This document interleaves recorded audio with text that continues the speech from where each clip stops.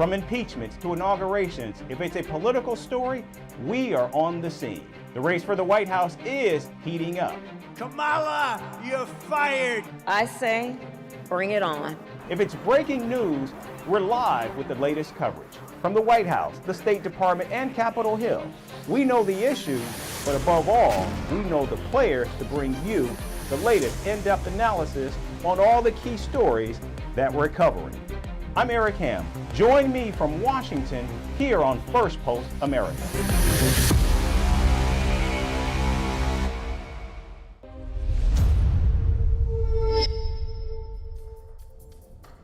Hello everyone, and thank you so much for being with us today. We're covering all angles of the race for the White House here in the United States, as well as other pressing stories from around the world.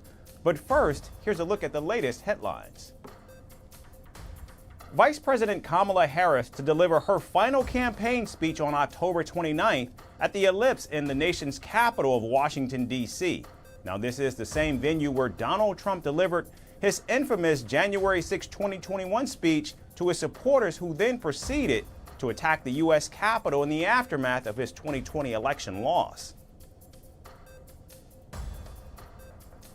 Democratic vice presidential candidate Tim Walz cast his ballot during early voting in his home state of Minnesota. The governor was joined by his family, including his son, who was voting for the first time. Secretary of Defense Lloyd Austin confirms that at least 3,000 North Korean troops are now deployed in Russia. The Pentagon and the White House both say that North Korean soldiers in Ukraine are now, quote-unquote, fair game. Apple CEO Tim Cook announces that his company will increase business and investments in China. This as the iPhone maker continues to lose out to domestic firms in the world's biggest smartphone market. And the United Kingdom will ban single-use vapes starting next year to crack down on rising usage levels among children. A recent British government survey revealed that 1 in 5 children aged 11 to 17 has tried vaping.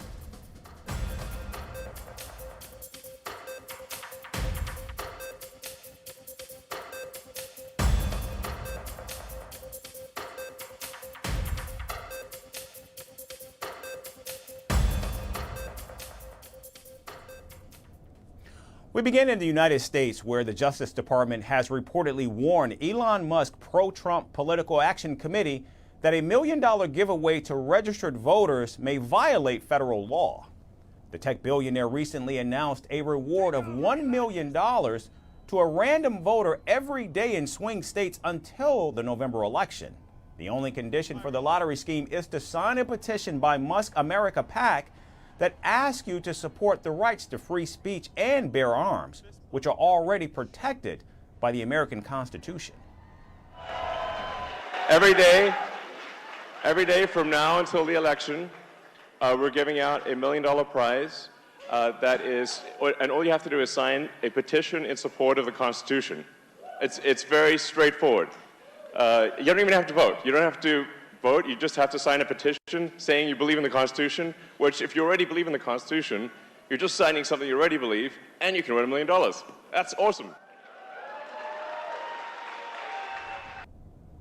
Now, reports say the letter to America PAC came from the Justice Department's Public Integrity Section, which probes election-related cases. Democrats have been calling for a legal investigation into the lottery scheme, calling the initiative deeply concerning. Now, in the United States, it is illegal to pay someone to register to vote or offer prize money as a bribe in exchange for voting for a candidate. The penalty is up to 5 years in prison or a $10,000 fine, or both.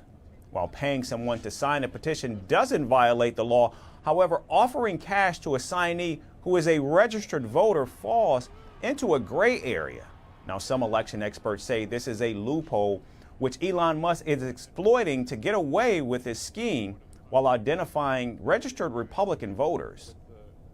Well, all of the polls obviously are very, very close. So anything, people have said, well, it might help a little at the margin.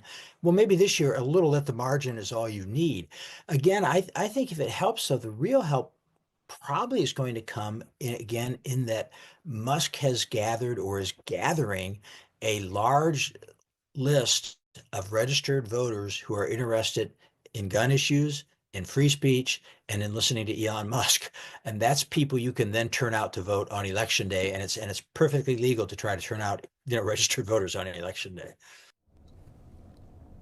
Now, experts also say that the list of registered voters may help Elon Musk in his future campaigns, as it will be easier for him to turn these people out to vote. He might want the list because he might want it for future campaigns. Maybe he wants to run for president in 4 years. I don't know. It'd be a good list to get, right? Or similarly, and perhaps more realistically, it's a great list if you now, after you have the list, you now go out and try to turn these people out to vote. In other words, it's a voter turnout list is what you've got, a group of people who are interested in the First Amendment, interested in the Second Amendment, pay attention to what Elon Musk is saying and doing on social media. And now you've got a great way for Elon Musk to contact them through phone banks or whatever else and try to boost turnout in the election. Notably, Elon Musk is also offering at least $100 in Pennsylvania and $47 in other swing states to each registered voter to sign his petition. The tech mogul, who has been promised a position in a future Trump administration should Donald Trump get elected, has already donated the legal maximum amount of $75 million to the ex-president's campaign. There are now only 11 days left in this historic election. And staying with the race for the White House, an audit of Georgia's voter rolls found 20 non-citizens registered voters out of more than 8 million across the state. The announcement was made by Georgia's Secretary of State Brad Raffensperger on Wednesday. The 20 non-citizens were found after they signed affidavits attesting that they were not U.S. citizens and should be exempt from jury duty.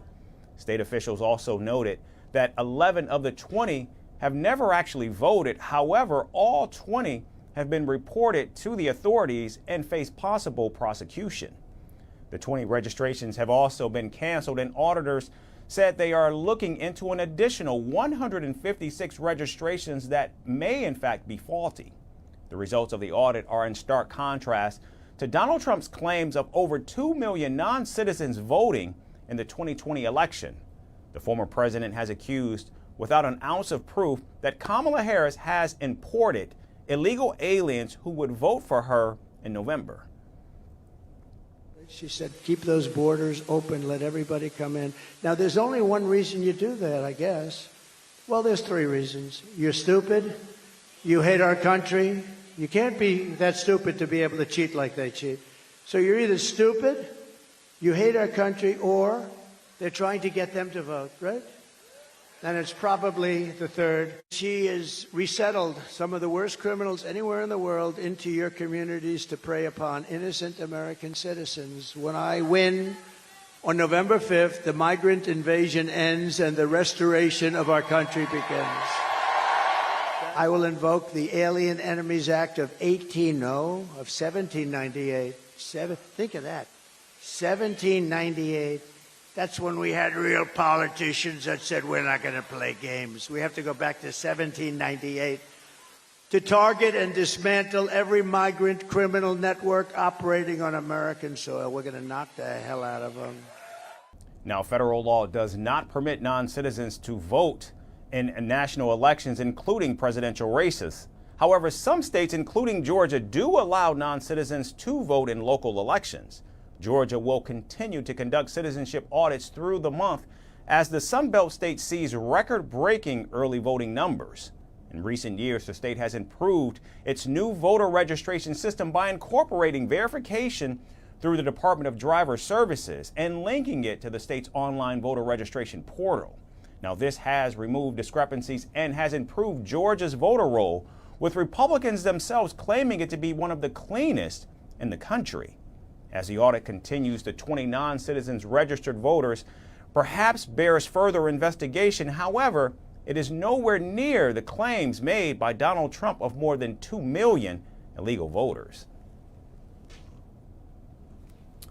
And as the race for the White House winds down, the frequency of attacks from both sides has increased exponentially. During a recent rally in Greensboro, North Carolina, Donald Trump suggested the vice president might have an alcohol or a substance abuse problem. He questioned whether or not she consumes alcohol or drugs before sitting for interviews. 60 Minutes, she interviews. She was so bad. She gave an answer. This never happened to me. Why does it happen? She gave an answer that was so bad that they changed it. They took it out, threw it out. They didn't like edit a little bit, take a word out. No. They took the entire, it was a long, stupid, she didn't know where the hell she was going. Does she drink? Is she on drugs? I don't know. I have no idea.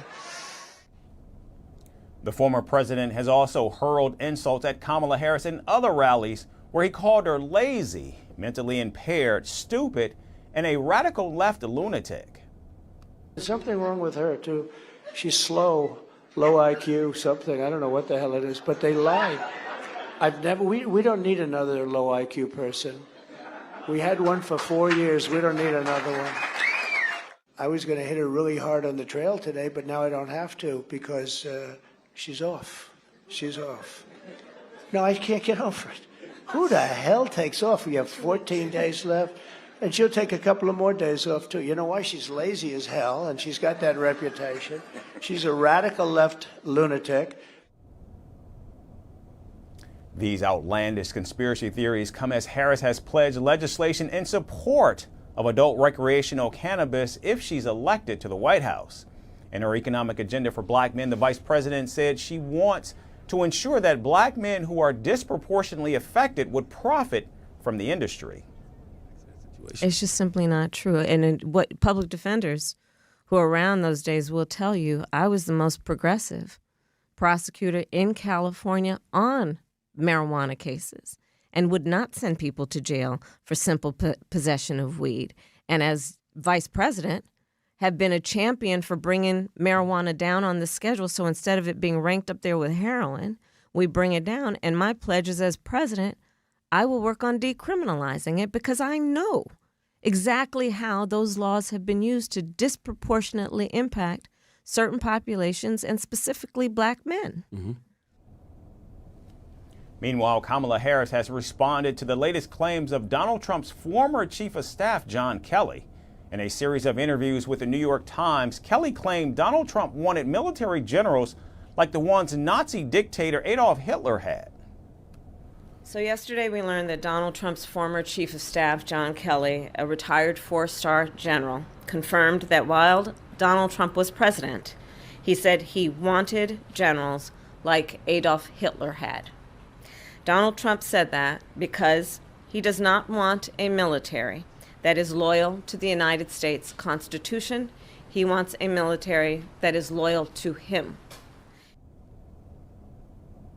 The vice president said Donald Trump is unhinged and unstable and quoted Kelly, who deemed the Republican presidential nominee a fascist. And it is clear from John Kelly's words that Donald Trump is someone who, I quote, certainly falls into the general definition of fascist, who in fact vowed to be a dictator on day one and vowed to use the military as his personal militia to carry out his personal and political vendettas. The attacks between the two presidential hopefuls is expected to get even uglier in the final days of campaigning, even as Americans continue to break records in early voting across the nation. And now turning to the Middle East, Israel's Defence Minister Yoav Gallant says that a strike on Iran will show the world the might of the Jewish state. Speaking to fighter pilots at a secret airbase, Gallant said Iran's dreams of defeating Israel would soon be destroyed. The threat to Iran comes right after Secretary Blinken left Israel during his trip. Blinken failed to convince Israeli leadership to de-escalate tensions. Washington fears that an Israeli strike prior to the U.S. presidential election would severely disrupt the race. Here's the latest on Israel's threats to Iran. This is Israel's sharp end of the sword. the F-15 and the F-35 stealth jets, bought from its biggest ally, the United States. These jets are capable of striking targets thousands of kilometers away. The F-35 has an operational edge because it is one of the hardest to detect. And Israel wants to put its stealth jet to test. US intel leaked online this week suggests that Israeli jets have been training to strike Iran. It will be in retaliation to Iran's missiles attack on October 1.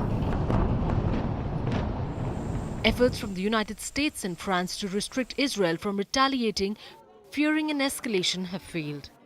Despite making his 11th trip to Israel in a year, US Secretary of State Antony Blinken has been unable to convince Israeli Prime Minister Benjamin Netanyahu. Blinken was sent back without a ceasefire deal or any assurances from Israel that it would not escalate against Iran. In fact, right after Blinken left Tel Aviv, this is what Israel's defense minister had to say. The Air Force is a key element in this matter, and anyone who tries to harm us will be harmed.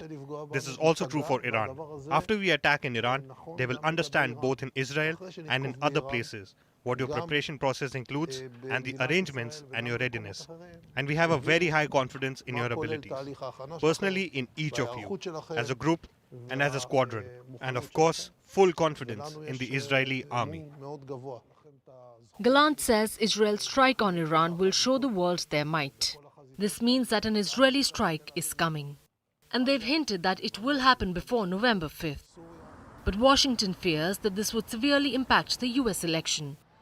So the two presidential candidates, Kamala Harris and Donald Trump, are playing it safe.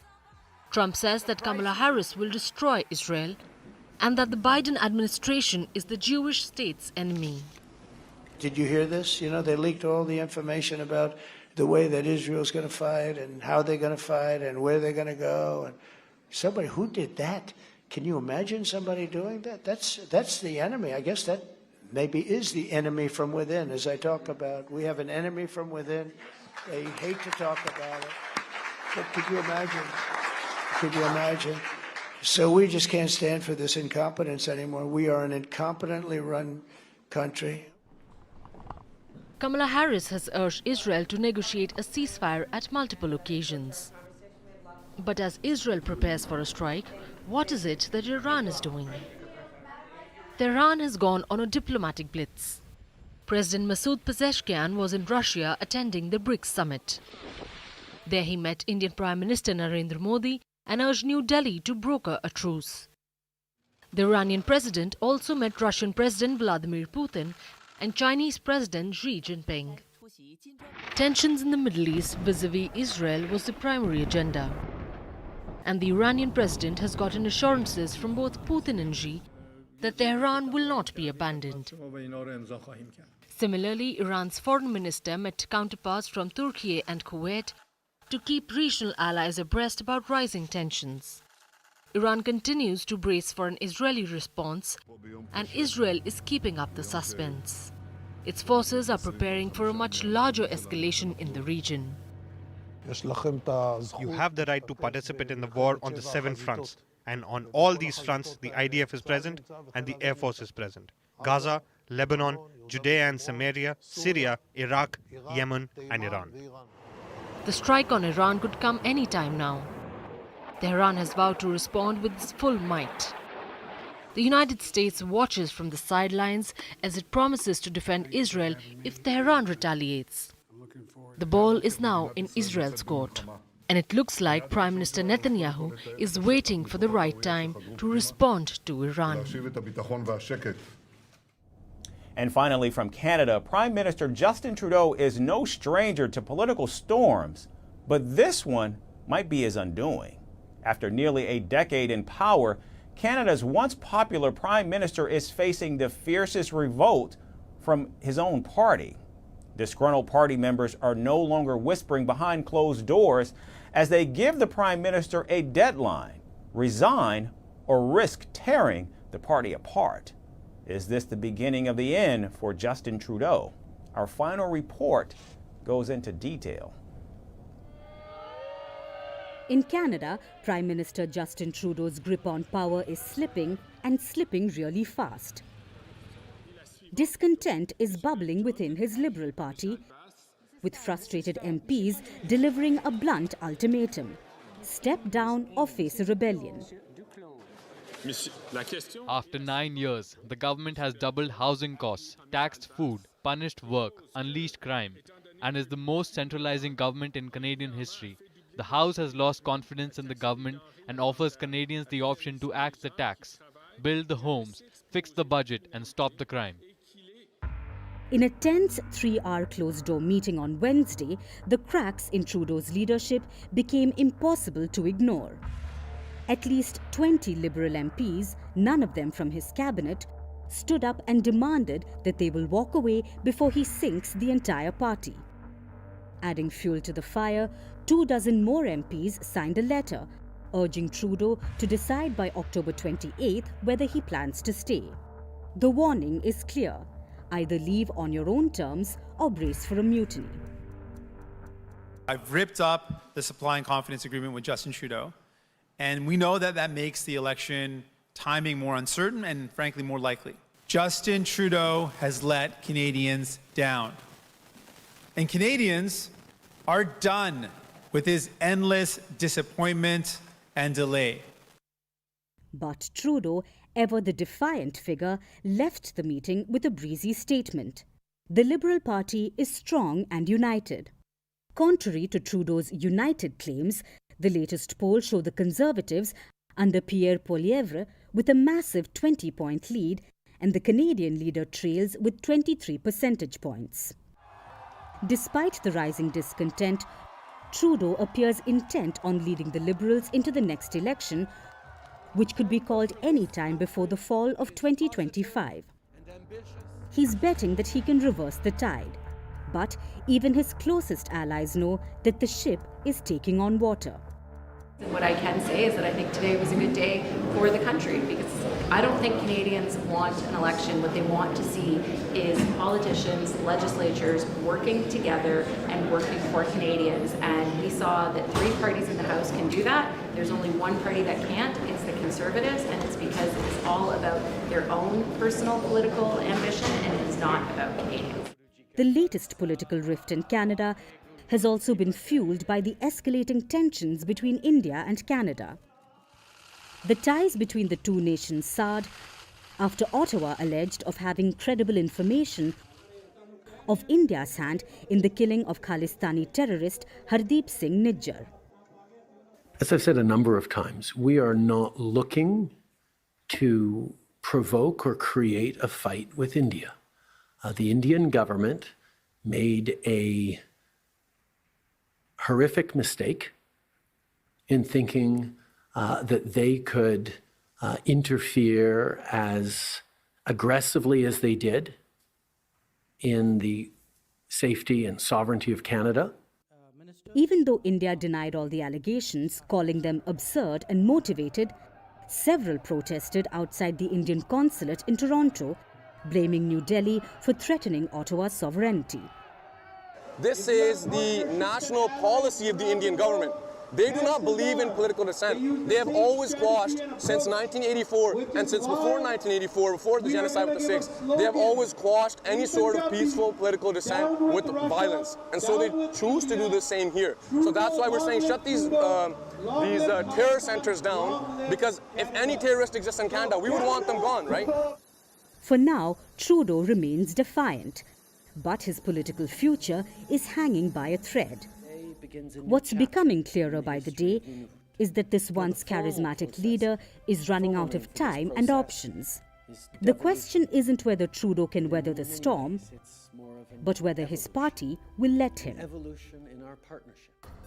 That's all we have time for today. We certainly thank you so much for tuning in. We look forward to seeing you right back here again tomorrow. Have a great day, everyone. From impeachments to inaugurations, if it's a political story, we are on the scene. The race for the White House is heating up. Kamala, you're fired. I say, bring it on. If it's breaking news, we're live with the latest coverage. From the White House, the State Department, and Capitol Hill, we know the issues, But above all, we know the players to bring you the latest in-depth analysis on all the key stories that we're covering. I'm Eric Ham. Join me from Washington here on Firstpost America.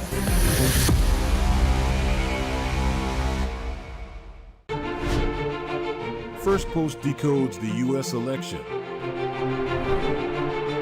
explains how America chooses its president. Your primer on the race to the White House.